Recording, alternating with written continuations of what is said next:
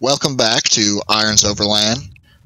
At the time of this recording, our first episode was actually aired on Spotify and a few other things, I think. I'm not really sure. So we have had the chance to listen to our first episode on a streaming platform, which one is cool, and two made both of us realize we don't like our own voices. Not at all. We want to just say this right away. We apologize for any of the kind of glitching that happened in the episode. We're still trying to work on our Wi-Fi connection, I guess. I have really, really terrible Wi-Fi service, so hopefully we can fix that. Other than that, today's episode is going to be about pieces of gear or equipment that we bring with us. So, Sean, what would you say out of your millions and millions of pieces of gear that you currently have, would you say is... That just seems like to be the overlanding way, is just to buy as much gear as you can and smack it in a little truck. Yes, we are doing the opposite of backpacking. We're getting as much weight as we possibly can in our vehicles. Well, what would you say is your favorite piece of equipment? And if you can't narrow it down to one, would you a couple, maybe a top three or something like that you have or have had, I guess? So actually, I kind of narrowed it down to top five. Best thing ever I probably ever bought was my little 12-volt refrigerator by New Air. It's a little 80-quart New Air 12-volt refrigerator. Best purchase ever. It's a dual zone. You can either make both fridge, both freezer, or fridge and freezer. And just the ability not to have to keep stocking up your cooler full of ice is a game changer. Yeah, I'd have to agree that a fridge is definitely a game changer. And obviously, our last trip, you completely convinced me to get one. After having a cooler for our 3 days, we were out there and realizing that I had no ice by the end of my trip, or I had little ice, and maybe it was time to upgrade to a nicer storage and cooling equipment, gear, whatever you want to call it. Oh yeah, that thing, when I took my trip out to Colorado, it was just, don't have to keep stopping for ice. You get the full room of the entire compartment. It takes up minimum energy, which goes into my second one, is I got a little Jackery 500 to power it, and that thing is a little workhorse. Even though it's a 500 one, the thing lasts forever. It'll power that fridge from beginning to start warming up if I don't pre-chill it for at least a day and a half of running. It's cool because you can plug it into a cigarette outlet and charge the Jackery that way while you're driving, or which I did in my truck recently for our Land Between the Lakes trip, is set up a dual battery system and ran a little power box to the back of my truck. So I can plug in the fridge to that, or plug the Jackery into that and power the fridge at the same time. It's just a redundant system which makes camping that much better, I think. I mean, yeah, I like to have the little gizmos and stuff like that, but power, it's 2022. It's a must have. It's nice to have. And you're not draining the battery after your starting battery too in your vehicle, so you always know that you can get up and get out of there if you have to. You're not draining your entire system down. I would probably agree with you there as well. And actually, as we're talking about this, I have my Jackery sitting next to me charging to get up to 100%. If you heard in the last episode at the end, I kind of complained a little bit about Jackery sending me a defective unit. It was probably a total of 5 days between when the Jackery that I had went to FedEx and the time that I got my new one, which is now functioning appropriately from what I can see right now. So I'll better have an idea on how I feel about it, maybe in a week or so, and obviously after this next trip that we take as well. But so far, I think it is a need for sure. Just like you said, it's 2022. We should be able to have some comfort items. We're past the whole. I think we're past the idea of tough man. I'm better than you because I'm sleeping more primitive than you. I think overlanding has some things that you should do primitive, but it's overlanding. We have a vehicle at its core. It's not really primitive. We're not backpacking, So why can't I have some nice stuff? Vehicle-based exploration, pretty much. Exactly. All right, what's next on your list? Let's see. Fridge, the Jackery, my rooftop tent. Oh, yeah. Comfort, the Taj Mahal. And what kind do you have again? I have the Roofnest Condor XL. Did a little bit of research on different rooftop tents. I mean, you had a Smitty built of like the house-looking style with the soft cover and everything, and just looking around and exposed to YouTube and all those stuff, I was like really looking into the iCampers. But I'm obviously being here in the States, kind of want to support Made in America type of stuff. Which nothing wrong with them. They have good quality tents and everything, and everyone swears by them, and they have really good reviews and everything. But found out about the Roofnest that's made here in the United States, right in Colorado. And it was actually $1,000 cheaper than the iCamper. So that was a big thing. They also offer two variants for the hard shell. They had the XL, which is pretty much a king size mattress, which holds about 3 adults or 2 full-size adults and 2 children. And then a regular size one, which is kind of like, I guess you could say, just a little bit larger than a double or a full-size bed. So, I mean, I have the truck with a full 6.5 foot size bed, so it was nice to get the full king size mattress with it. That thing is definitely nice, let me tell you. And if I ever went back to a rooftop tent, I think I would probably going with the Roofnest or something very similar to that one, because your setup was 10 times quicker than my Smitty built setup was, and that's saying a lot, because the Smitty built was relatively quick, just unfold it. But just having that hard shell, the low profile, and the nice case that's aerodynamic, I feel like is way underrated. Now there's a lot of folks that are starting to get the hard shells, but I mean, it's worth the extra money. I really think it is to get that hard shell over the soft shell ones, or soft top, whatever you want to call it. Oh yeah, and on top of it, I can keep. So I have 2 pillows and a down comforter that I keep inside of it too. So it fits inside there too. So that gets rid of spot inside the bed of the truck or the cab for bedding. It can sit inside the tent. It's already packed, ready to go. I just open it up and boom, everything's set up, ready to go. Which is super nice, especially when you're tired after a long day and you just don't want to be setting up your tent and your sleeping quarters. You just want it to be done and ready. It sucks being that one sitting at camp, sweating and pulling on these poles for your tent. No pun intended there. I don't pull on a bunch of poles. I know you do, Sean. Hey, yeah, but it sucks setting that tent up and watching people just sit around and having an adult beverage or enjoying themselves, and you're like, wow, this really sucks. It's worth it. I think those comfort items are worth the money, man. As much as we keep saying this, and I'd love to tell you that I want to be on a budget, but it's definitely worth it sometimes to spend that extra money. So I heard a good thing the other day. Buy and cry once, other than just spending more and more money of buying new stuff that you want to try out. Like, just buy that one big ticket item that you really want and just cry once about it, and then it's worth it in the long run. It'll last longer for you.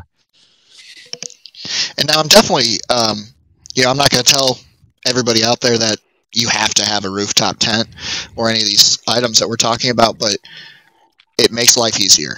For sure. It definitely makes life easier. You can still get the job done without all that stuff, and your budget may not be able to incorporate some of these things, but you definitely will not be sad. And another thing you do have to actually put into your thought when you're buying a big ticket item like a rooftop tent is how often you're going to actually use it. I see a lot of folks buying these rooftop tents and using them once a year, or once every 2 years. And it's like, was that, $1,500 at $2,000 at $3,000 really worth your 2 nights in 2 years? And some people may say yes, but to me, I feel like you need to go a few more times a year to really get your money's worth out of it. And that will last long. My Smitty built was, I think by the time that it finally went, and I say trash, somebody came and just got it for free from me. By the time it was done, I think it was 6 or 7 years old. And I mean, I slept in that thing probably 30 or 40 times. So I definitely got my use out of it. But we go probably more than some regular people that may be looking at them. But that's just something to keep in mind.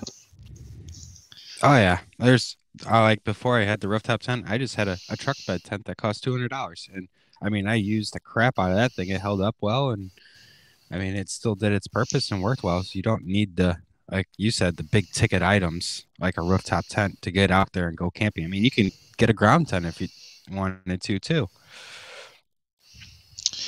All right, was that 3 items or 4 items for you? That was the third one. The next one to go with the the rooftop tent is actually, and the fridge and the Jackery, is my little flexible 100-watt solar panel I got that I can put on top of the rooftop tent. Run some cables down. That goes into my little power box also too, or right into the Jackery. Still gotta do a little bit more fine tuning for the dual battery setup, but just to able to gain power too while you're out, so you don't have to start up your truck. I mean, it gets, depending on your angle and everything with the sun, about 60, 80 watts. So it's almost there.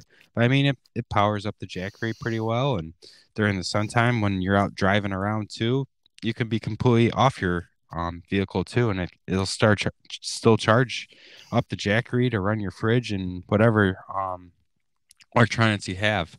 I mean, it just being that self-reliant, I think. And that's another thing that I think it's starting to be utilized more, I guess, but I think that's something underutilized. I think I still thought, honestly, until I saw your setup, that solar panels were, worthless on a vehicle and were overpriced. But you get a 100-watt solar panel for $100 out there now pretty easily, and it'll give you, 60 to 85 watts pretty steadily as long as you're keeping it in the sun, and that will charge your equipment, your generators, and all that throughout the day and keep you essentially off grid, which is amazing. Oh yeah, not have to rely on going to a campsite, plug it in, charge up your stuff. Like you can be out days without any power anywhere because you're all self-based. Which trying to get you to buy a couple solar panels to put on top of your cab. Oh man, I think they'll be in my future for sure, but that will probably be, once I've kind of solidified a secondary battery setup, which I actually saw somebody on YouTube, and I saved a bunch of the information on how they built theirs. It was a battery box, which I thought would go perfect. I could slide that under my mattress, my bed frame, in the bed of my truck, and have it wired up through the cab onto the roof. I was like, oh gosh, I need to stop looking at this stuff. I'm going to spend all kinds of money I don't have. Pick up some extra overtime. All right, what's item 5? All right, item 5 is actually the first thing I got before any of this stuff, though, was my little 22-inch Blackstone griddle. Oh God. I mean, it's a little bit bigger than your basic camping stove and stuff like that. I mean, it's not perfect because you really can't boil water quickly off of it, but I mean, you can do other means of that, but it gets rid of a lot of your pots and pans, and you can cook everything on top of it: burgers, steaks, hot dogs, hash browns, eggs, pancakes, everything off the surface, and then have a spatula and some tongs, and you are set to go. I mean, I bought a little 11-pound propane tank to put in the side of it. I mean, the thing lasts almost every camping trip I've had. It worked really well, and I mean, like I said, it's a little bit bigger. Like the biggest two things I have is the fridge and the Blackstone, and I mean, And I have one big camping bin. It fits all in the back of my truck really nice and easy and organized. But just cooking on that thing is amazing. It's easy. It's quick. Fires up really quick. Your Blackstone, let me tell you, was very nice to use and cook on. I think the only downfall we found with that Blackstone is how long it takes to boil water because there's not an open flame. But I mean, that's really not that bad of a downfall because it's not like there's other equipment or things that you can't use to solve that problem. Nope. I have like a little pan that holds all my water for my little French press, so I just pour them in there, so it's a larger surface area for the water to boil quicker. So that's my little trick for the coffee in the morning. So I would say that those are some pretty good choices. I was really expecting when you said to go along with your rooftop tent that you were going to say your bed rack in your truck. And I was going to say, so basically your whole setup is your favorite piece of gear. But we're pretty darn close anyways. Yeah. I mean, I don't have that much gear, so out of the 5, I probably got 8 pieces of equipment. All right, y'all, I want you to listen really quick. He says he doesn't have that much gear. He had 6 totes in the bed of his truck on this last trip, okay? And everyone was full of stuff. And it was not useless stuff, but he's telling you he has no gear. He has a lot of stuff. I thought I had a lot, and now I think that I have nothing. I narrowed it down now.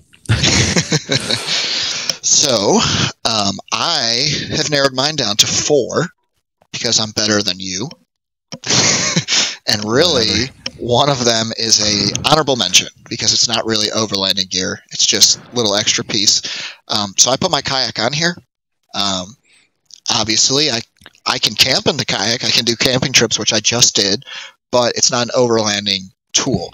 You know, it's nice to have if we find we're near a place that has water, rivers, anything like that, that we're just like, man, I really wish we could just get out on that, you know. And our last trip, we didn't bring them because your roof rack was set with the wrong parts, unfortunately. Especially at the area we were at, it would have been awesome to do. Oh my gosh, yeah. That second night, just going out on the river or lake, whatever you want to call it right there. And then when I got home, I realized that, hey, I had 2 kayaks here. I could have brought both of them. Yeah, you could have. But yes, so the kayak is an honorable mention for me, just because, like I said, it's nice to have a little extra. I mean, it could be a good piece of equipment because you could base all your trips around water anyways and just bring it to do stuff, fishing, all that. Right. I mean, it could technically fit into that category. That's why it's an honorable mention, see? Yeah, being all technical. All right, so now my real list, my number 1 item, I would say by far, is that ARE topper I got for my truck. I wasn't sure originally where I wanted to go with this Tundra. If I was going to do a bed rack and a rooftop tent, if I was going to do a topper, if I was going to do a truck bed tent, which I did buy a truck bed tent, put it on my truck once, never actually slept in it, and now I'm going to give it away to my friend for free because I'm never going to use it. I found this ARE topper for $500 with the headliner in it. It came with carpeting for my bed and all the clamps and everything, and man, that's been fantastic because it's got the Yakima roof rack on top, so I can bring my kayak with me, like we just talked about, and I can store anything else I want up there. I'm enclosed. I've got my bed set up now inside the actual truck bed. You know, I don't have to worry about leaks or anything really. The only downside is that it stays so hot in there. unless I pump AC to it with my dryer vents. Your portable $20 dryer vents. Which worked fantastic for the first 30 minutes that I sat in there, and then it heated up. I don't know. Seeing your setup and then watching a couple of videos, like I might get a cat for my truck, though. That's kind of nice. It is very nice because it's all enclosed. It's all part of the truck. The only downside I have to it is that you have more space in your truck, essentially, because you're sleeping on top of your truck. So you've got your rack, the inside of your truck bed, everything all open for whatever you want. But we talked about quick setup. My truck's set up as soon as I park. So Yep. that's the ultimate quick setup. And Plus, you there's could do a little boondocking in Walmart parking lots or truck stops or anything like that too, if you wanted to. nobody would really know. So I do love that, and I'll definitely be sticking with this cap for quite some time unless something just incredible comes along that I can't ignore. But man, that's probably been the best thing I bought for this truck for sure. You want to buy my rooftop tent? No, that's not an incredible deal for me. My number two. Oh, go ahead. Sorry. No, you're good. You should just buy like one of those little camper van. Wow, I cannot talk. Fans that you can put in the ceiling. I mean, I don't know if you want to cut into your cab, but I mean, I've seen a couple people where they put them in there and like got the little 12-volt fans on the roof to move air in and out. I honestly thought about finding an RV or pop-up camper AC unit and putting it up there. I think that would be pretty incredible, and just run it off the inverter or generator, and I'm good to go. I mean, Dometic just made one. That's a low profile 12-volt one, but it costs like $2,000. Yeah. That's. I mean, it's hard because we don't really know if we're going to plan a bunch of trips in the summer. But if I had that, I really wouldn't care. I'd go whenever. But that's later down the road. I think that's much later down the road for me. Or you should just buy the Breeze thing. The Zero Breeze. There's not a lot of people that have it yet, and I've seen mixed reviews from the people that have. So I'm really worried about pulling the trigger for spending $1,500, and then you get this piece of equipment that you put in there, and you're like, oh, it's cool. It brings it down from 95 degrees to 90. But, I could have opened my windows and had a fan going and used my $20 dryer vent to bring it down to the same temperature. So. See, the last review I saw on that thing is the guy goes, I wish they could put a temperature setting on here because it went from 80 to 40 because the thing just keeps going. See, I think in the cap it probably would work well because it's such a small space. But I would have to find a way to better insulate it, I guess. I could put some insulation in the ceiling and in the wheel wells, but there's gaps in the tailgate that you can see out of when you're sitting in the cap, obviously, because it's a truck bed. So I'd have to figure a way to do that. Otherwise, I think eventually it would just leak out anyways, and the thing would just be running in overdrive. But it's a thought. I mean, you could buy some of that like pipe insulation and just like shove it in there when you're going to bed. I could do some kind of build on the tailgate that just wraps to the side of the bed in a way that's temporary or removable. So, like you say, when you shut the tailgate, you just push that in there. That's not a bad idea. Stop trying to give me ideas here. Hey, that's what I'm here for. Well, before we get off too much of the track, what's your number two? Okay, my number two, I said, was my jet boil. And now that is for number one reason, because coffee. That you forgot on our last trip. Sure. That's because I made my own cold brew. I wasn't having hot coffee. But there's nothing. Yeah, that's cheating, by the way. It's not cheating. It's preparation, okay?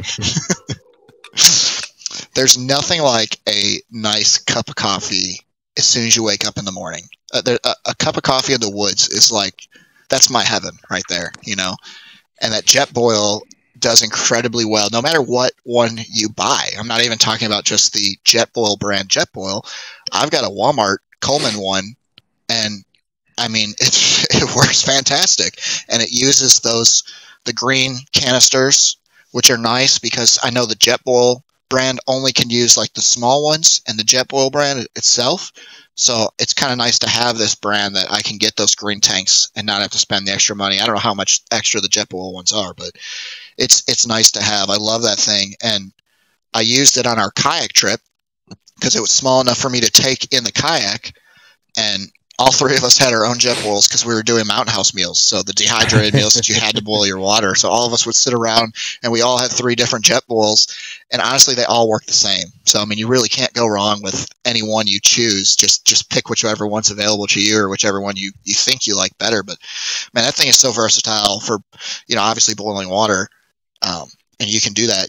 When you're out camping, that is a necessity for a lot of things, for your food, for the coffee, like I said, most importantly. And then, I mean, if you are out of water, you can just continuously boil water there pretty quickly. And I think we did 3 nights, and we had a Mountain House meal for all 3 meals, breakfast, lunch, and dinner. So that's 9 meals we had. And I think we had 1 extra morning meal. So 10 meals, and I used half a tank of propane, those small green ones. So, I mean, that's pretty efficient. Well, if you had that many Mountain House meals, I guess you wouldn't have to worry about going to the washroom, huh? Oh, listen, my friend. Those things are those are the most delicious things I've ever had. Okay, so they're freeze-dried meals. They're better than the MREs, but they're so good. Like, I mean, they taste amazing. So our first night, I had chicken and dumplings. So we're out paddling a bunch of miles, get into our camp. We're dirty and nasty. And that chicken and dumplings, Mountain House was like sitting at home to a home-cooked meal. It was so amazing. And I was like, this is going to be the start of a great week. Up to the last Mountain House meal I had, I was all right? Like I was still pretty regular, but they were very solid. It wasn't anything crazy, which is good. And I will tell you that I have a bad stomach. Okay. So it may not affect you as bad as it did me. Our way home, we were 5.5 hours away from Memphis. We stopped probably about an hour and a half into our ride at some bar with greasy burgers and just devoured them. I needed my portable toilet that I have now. I needed that. I had my friend looking up side roads that weren't busy, where there was no houses or buildings that I could get off on. And luckily we found a gas station. And I prayed to God that it was not in use, because I would have not made it.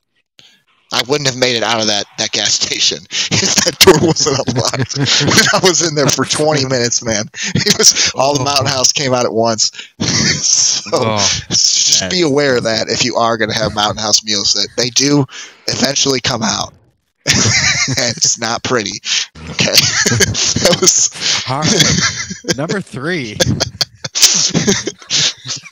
Okay. I'm starting to realize that maybe the jet bowl should go on my least favorite items now. Okay, so number 3, it's a soft 3, because I really haven't used it for real yet. Is my like after your Mountain Houses? Yeah. Soft. Is my fridge. And I put it in this list because I've used it for groceries now 3 times. That was how I got Kristen to let me buy it, essentially. Hey, it does freezer and fridge, and we're 45 minutes away from Trader Joe's, and she loves Trader Joe's, and we always get all their frozen meals, because their frozen meals are fantastic. Shout out to Trader Joe's. And anybody who hasn't been there, just go and get their frozen meals. Sponsor us too. Trader Joe's, if you can sponsor us, you would probably make my life and make my wife's life. She would never be happier. But yeah, so I haven't used it on a camping trip, so I can't say how great it's going to be. But I can tell you that it cools from like an ambient temperature inside. So when I turn it on in the morning and plug it in, it tells you the temperature, obviously. And I've tested it 3 or 4 times now just to see. From about 92 degrees, I've seen the highest up to about 98 in there, but 92 degrees has been the average, I'd say. I have a 35-minute drive to work. By the time I get to work, the freezer side's down to 20 degrees, and the fridge side is at 34. I mean, that's for 30 minutes just on my truck, 12-volt. It cools so quick. And when I go into the store, I average about an hour in Trader Joe's. I don't know why. It's not really a big store, but we're just in there.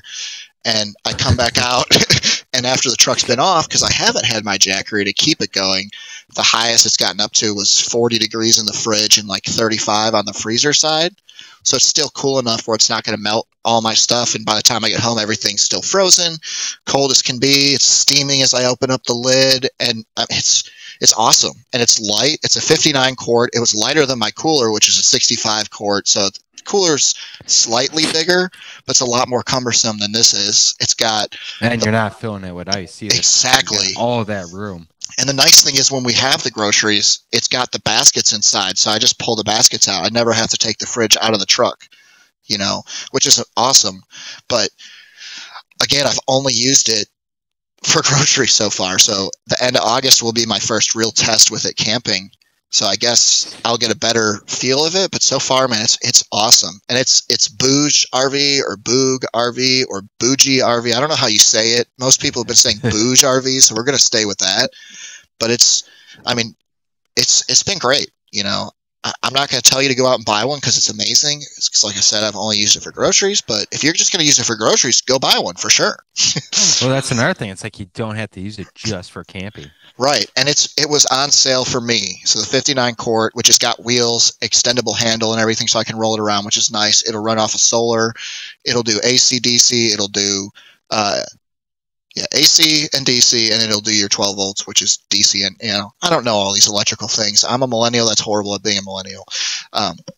But yeah, so it'll plug into your wall or it'll plug into your car. You can plug in your Jackery to it and whatever you need. So it's pretty versatile, like most of these fridge freezers are. The only thing I like better about yours, Sean, is that you have a true dual setup. So you have two separate lids to open up. So when I open mine, it's a single opening, but there's two seal gaskets inside. So when it's closed, it's separated completely. But when I open it, it's obviously opening the freezer and the fridge. So I do lose some cooling there, but it's not like there's ice inside. So it's not killing me to lose some of the air here and there. But yeah, that's my short list. Go buy a fridge. You know what? Just do it. You're not an overwinter until you have a fridge. All right. Now that we've done our favorites, let's move to the least favorite. And I don't know how many you have on your items list here, but let's do like 2. Try to shorten it up a little bit. So your top 2 least favorite things that you either have or have ever bought. Well, I could tell you. All right, so it's a love-hate thing. I would say my little USB LED strip light I bought to like hang up, like to have lights and stuff. I do like it. So when you're out in the middle of nowhere, you can have light. But they're just too bright. I gotta do some more research. Maybe I just gotta get a little rice light ones or something like that. Just a little ambiance type thing, I guess. But I unscrewed and did like every other one. They're way too bright, and I thought that was like a complete waste of money. I mean, it's nice to have, but if I was to spend that money again, I'd do a lot more research. I mean, it was the first thing that popped up on Amazon. I just hit the click buy button right away.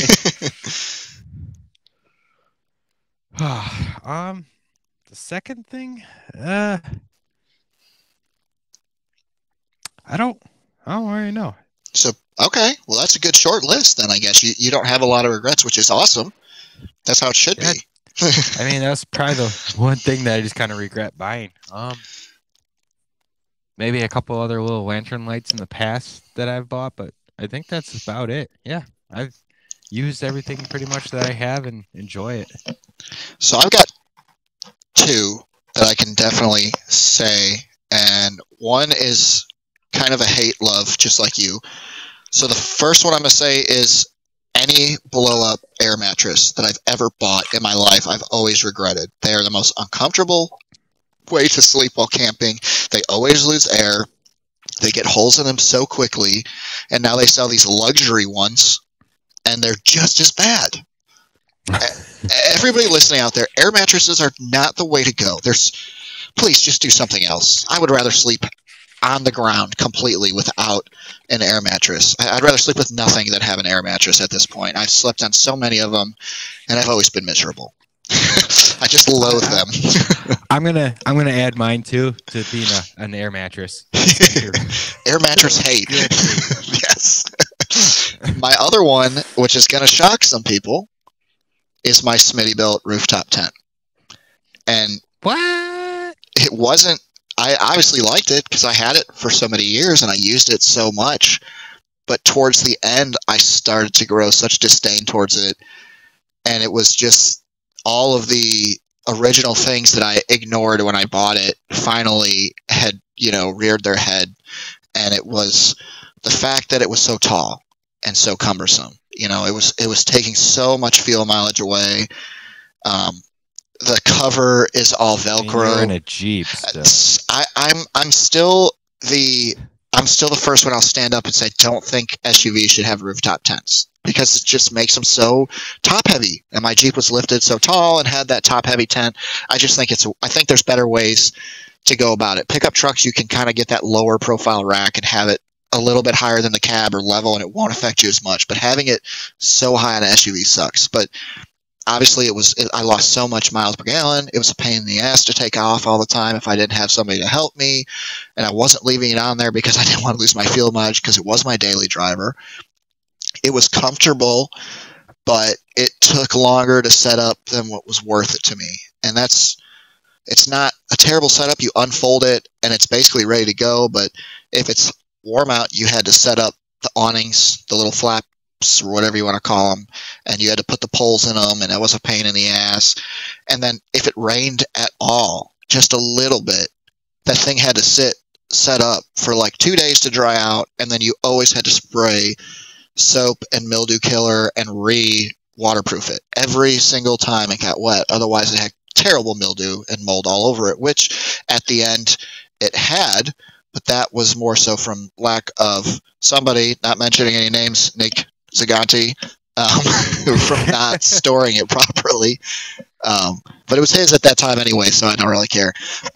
But I just feel like there's a lot of upkeep for that. And again, that's why I said those hard shells are so much more worth it. That Smitty built one was fantastic when I was using it, but there was a lot of things that kind of made it, there's a lot of cons. It was equal pros and cons. And I feel like to be useful, it needs to have more pros than cons, obviously. I don't want it to be even. It kind of was just a wash at the end of the day. And I enjoyed my trips with it, but I had a setup in the Jeep at one point that was a platform to sleep on the back, and I liked that platform, that sleeping setup, much better than I liked the rooftop tent. And I wish I never got rid of that setup and went to the rooftop tent, but I still like rooftop tents. I just feel like there's a time and place for them, and yours is good, but for me, it was not good. Horrible experience. How about this? So you obviously have had good luck, and I guess I really have had good luck. I haven't had too many things that I completely regret buying. I mean, I've got about 4 or 5 other things that I wish I didn't, but it doesn't hurt me so bad, But do you do a lot of in-depth research before you're buying something, or are you just like, man, Amazon's got it, buy now, don't even think about it? I wouldn't say a lot of in-depth research. I mean, I do some.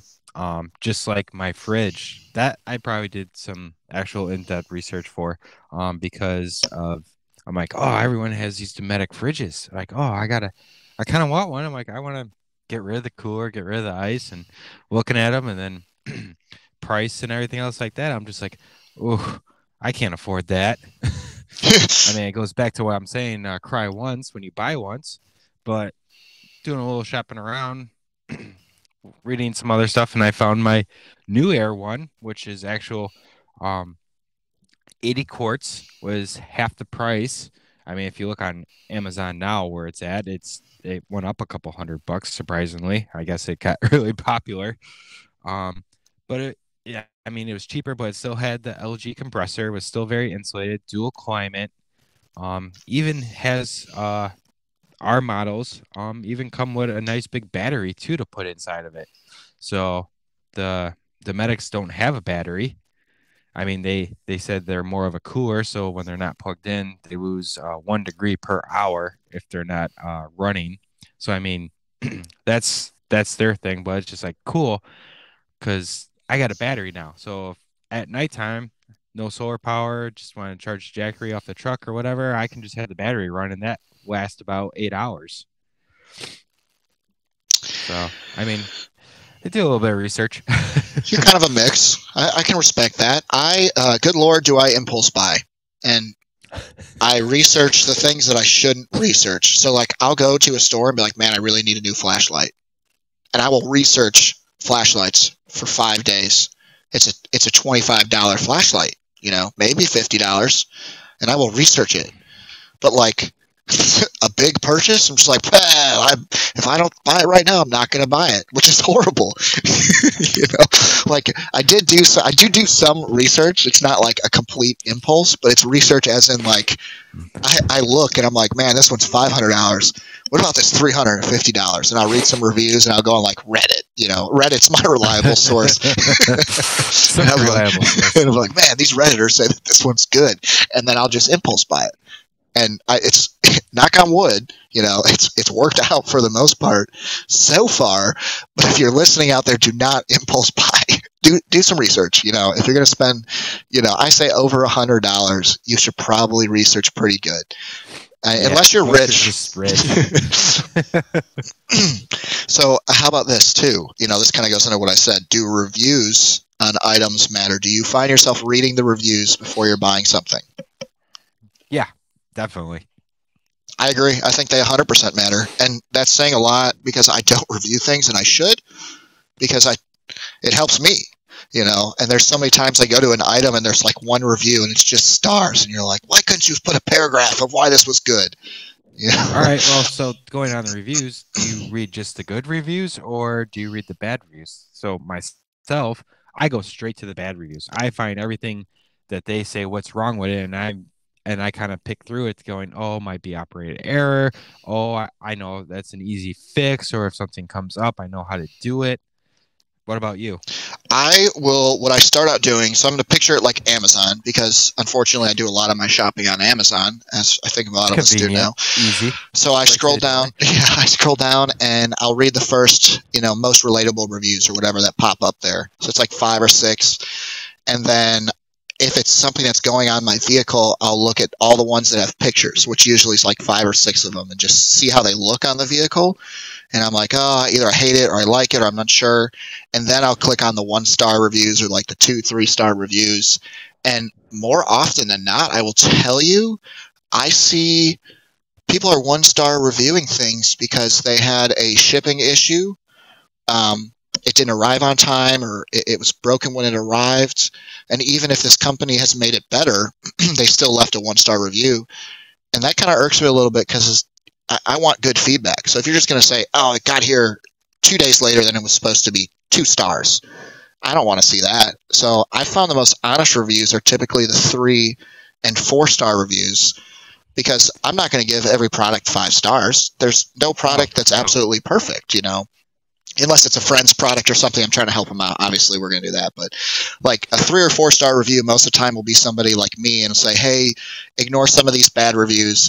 You may get a bad quality one, but that's everywhere. I've used it for 6 months. I've used it for a year. It's been awesome, and that's what I'm really more looking for. I hate the ones too that just say, I just got it. Here it is in its package. It's awesome. I don't care how it looks in its package, or you just opened it up. How have you used it yet? I need to see how the wear is on it. Right? Yeah, I agree. The more honest reviews are the 3 and 4-star ones, and like you said, I hate the people like, oh, bad customer service when it took a day longer or 2 days longer. I was like, well, I kind of expect that. I mean, I don't know what your standards are, or right. Like that. But yeah, I completely agree with you on that. Now, how about brand name? Does brand name matter to you? And by brand name, I don't just necessarily mean like, oh, this is, a high-end brand. This is amazing. I'm talking even Chinese branded stuff, the cheap stuff. I mean, does that affect your decision quite a bit if it's a brand name or not? So yes and no. Like I said, for my tent, I was looking at the top brand name, which was iCamper for the hard shell rooftop tents, and came across the roof nest now. And then same thing for like my fridge. Like, oh yeah, I gotta have a Dometic because I mean everybody has it. I'm like, that's the name. And then do a little research, find the New Air or your bougie RV. I mean, they're off-brand Chinese products that, I mean, work pretty well. I think New Air is actually pretty up there with the fridge industry, though. But I mean, same thing though. I mean, ours is pretty much similar fridges, similar features, design, everything else like that, just a different name on it. I think that a lot of people do get caught up in the brand name. And now it sounds terrible. I saw somebody talking on one of the Overland pages earlier saying that you're punishing local companies and other people by buying Chinese knockoffs. And while I agree and I want to support, we're from the U.S., I want to support American-made products and grow our industry. But at the same time, I have had a lot of luck with the knockoff brands. And that's not saying every knockoff brand is good, but oftentimes, again, back to these reviews, the Chinese model will have 2,000 reviews and be 4.5 stars. And, maybe the Dometic or this one will have 500 reviews and it'll still be 4.5 stars. And it's like, man, they're both the same rating, but the Chinese one that's $200 cheaper has 2,000 people have reviewed this and still have the same conclusion. That gives you a lot of faith in it. And now you will still have more shoddy work, I think, with the majority of the Chinese products. And you're going to have a harder time with some of the customer service with that. But I feel like if you're not doing my impulsive buying and you're researching, you maybe may come to the conclusion that it's okay to buy these knockoff, non-name brand things, and they're going to last almost as long or just as long and work almost as good. I think for us, not being rich and this kind of being a hobby, an expensive hobby that we're spending money on a lot and working extra to get this stuff, it's kind of almost a necessity to have these non-name brand things. I mean, I can't afford $1,000 fridge, a $5,000 lift, and all this stuff. I mean, it's the same. I like my lift's only a rough country. I mean, it's right here in the United States, but it's one of the cheaper lifts. I mean, their quality has gone up over the years, but it's what I could afford. And they're only like 45 minutes north. They're 45 minutes north of me, so I can just go say hi to them. There you go, sponsorship. I do trips. But yeah, I think new vehicles though. I think the Chinese thing kind of gets under some people's skin for sure. But I'll die on that hill. But I'll buy some Chinese shit. I don't care. My phone's Chinese. I mean, my truck is Japanese. All right, and the last thing I'm going to ask, because our time's kind of messed up. I think we've been doing this a lot longer than we normally do. What is, to you, it's going to be hard, so maybe come up with a couple of quick points. What's the most essential, let's do top 5 and not actually go into it. What's the most essential things for you on a trip, an overland trip? Let's say more like 2 or 3 days. What's an essential thing or 5 essential things you need to bring with you? Well, it's going to sound silly, but obviously my truck. that thing's got to be top working condition. Got to get me to A to B. Enjoy it. Okay, so mechanical soundness. I like that. That's a good one. Yeah. My rooftop tent. My fridge. Let's see. It's 2, 3. Obviously my sleeping stuff and food. Gotta have food. I'd say your food kind of goes into your fridge because you need your fridge to do food most of the time. Although I guess you could just bring it without the fridge. Mountain House, shout out Mountain House. You can sponsor me too. I will go to bat for you, even though I had a bad experience. But it wasn't your fault. It was my body's fault. Go to bat for you. I agree with your list. I like that. I'd say my 5 would probably be a water. Some kind of water jug, because it's just easier than bringing bottles of water or having to go to the store and get water all the time. I like bringing like a 2.5, 5 gallon thing of water. Straight from the stream, caveman style, man. Shoot, I've got that water pump filter, and that's all I used on my kayak trip. I think I probably ingested 10 gallons of river water. I do have a little portable wife straw with me all the time, just in case. There you go. So I'd say a water jug of some substance, so that you're not going to just run out the first day. I would say, honestly, 2, which I just bought finally, a satellite phone. Communication. Communication. I can still let people know I'm okay, and it's got that SOS feature, which we talked before about the safety being overlooked a lot by us and a lot of people. I think that's a big important thing. 3, I'm going to say, I agree. I'm going to go with you on your mechanical soundness. Make sure your vehicle is sound before you're going out. It can still be a beater if you want it to be, but make sure that it's not going to die on the side of the road for you on your trip. Otherwise, that's going to ruin your whole thing. 4, I would say probably a jet boil, I'd say some kind of fire starter, and not like fire starter primitive. I'm talking like a lighter and maybe some paper or your own homemade fire starter like what you've got. I mean, that makes your life so much easier at camp. There's so many times we find wet sticks and logs and brush we can't burn, and those really make it worth actually having. And the final one, I would say, would probably be, I'd say a camp chair. I feel like that's a really basic thing. But there's something about having your own little camp chair, my little rocker. It's nice to have. Yeah, definitely. Around the campfire at the end of the day. Well, I think that pretty much is going to wrap up what we wanted to talk about today. I think that was a pretty solid discussion right there. Yeah, it's a good one. Everybody knows a little bit more personal information about me, that like I have irritable bowel syndrome. And I almost shit myself on the side of the highway. Fun experience. Do what you want with that information. It's very powerful information, let me tell you. Well, as always, thanks for joining in. Hope you guys enjoyed it. Hope you learned a few new things. Tune into next week. We're going to try and put these out on every Friday to get your weekend started off if you're going camping or just on something to download, listen to. A little different view from everybody else. We just cannot talk. Just started a Instagram page too, so look us up, Irons Overland. Yeah, and I think we're going to try and put these on YouTube as well. So, I mean, if you're interested, if you like listening to us, or you just kind of want to hear us sound like idiots more, find us all on our socials. They'll be under the same name, Irons Overland, and we'd appreciate any kind of like, subscribe, review, whatever you want, and keep listening.